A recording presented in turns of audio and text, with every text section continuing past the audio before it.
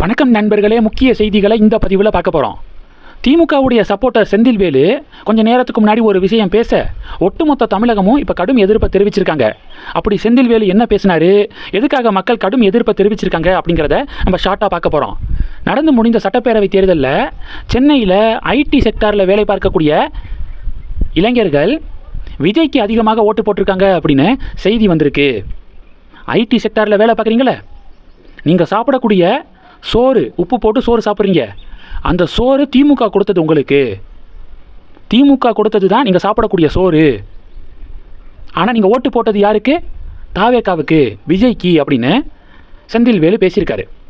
சம்பந்தமே இல்லாமல் ஐடி செக்டாரில் வேலை பார்க்கக்கூடிய இளைஞர்களுக்கு திமுக எப்படி சோறு போட்டாங்க அப்படின்னு சில பேருக்கு டவுட்டு வரும். செந்தில்வேலு என்ன சொல்கிறாருன்னா, தமிழகத்துக்குள்ளே கம்ப்யூட்டர் சம்மந்தப்பட்ட டிபார்ட்மெண்ட்டை உள்ளே கொண்டு வந்ததே திமுக தான். டைடல் பார்க்கெல்லாம் கொண்டு வந்தது திமுக தான். ஸ்கூல் எஜுகேஷனில் கம்ப்யூட்டர் சயின்ஸ் அப்படிங்கிறத இன்ட்ரடியூஸ் பண்ணதும் திமுக தான். அவங்க அப்படி பண்ணாமல் இருந்திருந்தால் இன்றைக்கி தமிழகத்தில் பல ஐடி செக்டாரு உள்ளே வந்திருப்பாங்களா? பல இளைஞர்களுக்கு வேலைவாய்ப்பு கிடச்சிருக்குமா?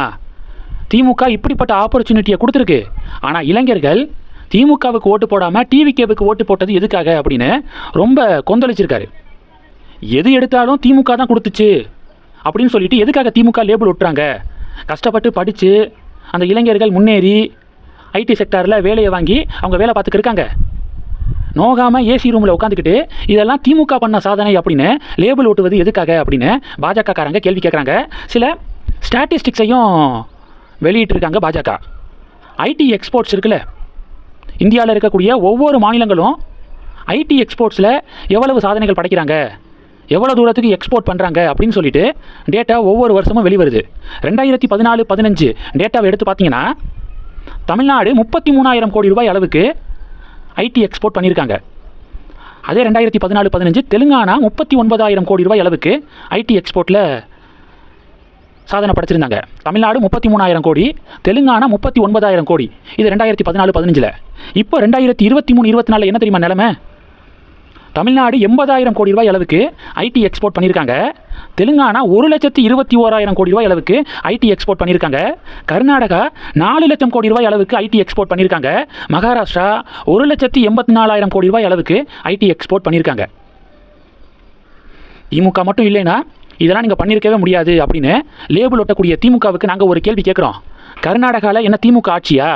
தெலுங்கானாவில் திமுக ஆட்சியா அப்படின்னு சொல்லிட்டு இப்போ செக் வைக்கிறாங்க. 10-15 வருஷத்துக்கு முன்னாடி சென்னை, ஹைதராபாத்து இதெல்லாம் பார்த்தீங்கன்னா ஈக்குவல் ஸ்டேட்டஸில் இருந்துச்சு ஐடி செக்டாரில்.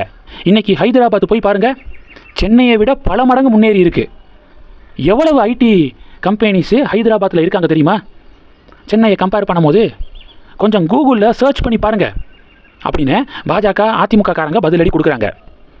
பேச்சு வாக்கில் செந்தில்வேலு நார்த்தில் இருக்கக்கூடிய மாநிலங்களில் ஐடி கம்பெனிஸ்லாம் கிடையாது அப்படின்னு போகிற போக்கில் அடித்து விட்டுருந்தார். உத்தரப்பிரதேசத்துலலாம் ஐடி கம்பெனிஸ் கிடையாது அப்படின்னு சொல்லியிருந்தார்.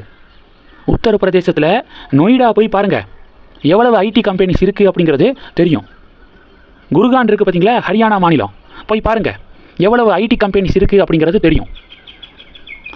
திமுகவுடைய சப்போர்ட்டர்ஸுக்கு இதுதான் வேலை. தமிழகம் மட்டும்தான் மற்ற மாநிலங்களை விட முன்னேறி இருக்குது, அதுக்கெல்லாம் நாங்கள் தான் காரணம் அப்படின்னு ஒரு பொய்யான பிம்பத்தை கட்டமைக்க பார்க்குறாங்க. இது டிஜிட்டல் காலம், ஏஐ யுகம். 5 செகண்டில் எது உண்மை பொய் அப்படிங்கிறது தெரிஞ்சிடும். இன்னும் வடை சுட்டுக்கிட்டே இருக்காங்க திமுக அப்படின்னு என்டிஏ சப்போர்ட்டர்ஸு செக் வைக்கிறாங்க. அண்ணாமலை ஐபிஎஸ் ஆனதே திமுகனால தான் அப்படின்னு சில மாதங்களுக்கு முன்னாடி இதே திமுக சொன்னாங்க. அப்போ அண்ணாமலை ஒன்று சொல்லியிருந்தார். அப்படியா? சரி, அப்போ கோபாலபுர குடும்பத்தை சேர்ந்த யாருமே ஏன் ஐபிஎஸ் ஆகலை? திமுகனால தான் நான் ஐபிஎஸ் ஆனேன் அப்படின்னு சொல்கிறீங்களே, ஏன் கோபாலபுர குடும்ப வாரிசுகள் யாருமே ஐபிஎஸ் ஆகலை? யாராவது ஒருத்தங்க கஷ்டப்பட்டு படித்து பெரிய எக்ஸாமினேஷனை பாஸ் பண்ணி பெரிய ஒரு பொசிஷனில் இருக்காங்கன்னு சொல்லுங்கள் பார்ப்போம். நான் கஷ்டப்பட்டு, என்னுடைய அப்பா குப்புசாமி விவசாயி, அவர் வயலில் கடுமையாக எனக்காக உழைத்து என்னை நல்லா படிக்க வச்சார். நான் ஹார்ட் ஒர்க் பண்ணி எக்ஸாமினேஷனை கிளியர் பண்ணேன். இதுக்கு திமுக தான் காரணம், கலைஞருடைய கையெழுத்து தான் காரணம், பேனா மை தான் காரணம் அப்படின்னு சொல்கிறது என்ன வகையான நியாயம் அப்படின்னு அண்ணாமலை கேட்டிருந்தார். அண்ணாமலை அப்போ கேட்ட அந்த ப்ரெஸ் மீட் வீடியோ இப்போ பாஜக ஷேர் பண்ணி இப்போது செந்தில்வேலுக்கு செக் வைக்கிறாங்க. இதெல்லாம் இன்றைக்கி பெரிய பரபரப்பை ஏற்படுத்தியிருக்கு. இந்த செய்திகளை பற்றி உங்களுடைய பார்வைகளை மறக்காமல் கமெண்ட் பண்ணுங்கள். தொடர்ந்து கணக்கில் இருங்க. இன்னொரு விஷயம், செந்தில்வேலு இப்படி கதறதை பார்க்கும்போது இந்த தேர்தல் முடிவு திமுகவுக்கு எதிராக வந்துடுமோ? ஒருவேளை டிவிக்கே ஜெயிச்சிருவாங்களோ, இல்லை என்டிஏ ஜெயிச்சிருவாங்களோ, திமுக ஜெயிக்காமல் யார் ஜெயித்தாலும் பரவாயில்ல அப்படின்னு பாஜக சப்போர்ட்டர்ஸ் எல்லாம் பதிவுகள் போடுறாங்க. இந்த செய்திகளை பற்றி உங்களுடைய பார்வைகளை மறக்காமல் கமெண்ட் பண்ணுங்கள். தொடர்ந்து கணக்கில் இருங்க. அடுத்தடுத்து நிறையா பதிவுகளை பார்க்க போகிறோம். நன்றி. ஜெய் ஹிந்த்.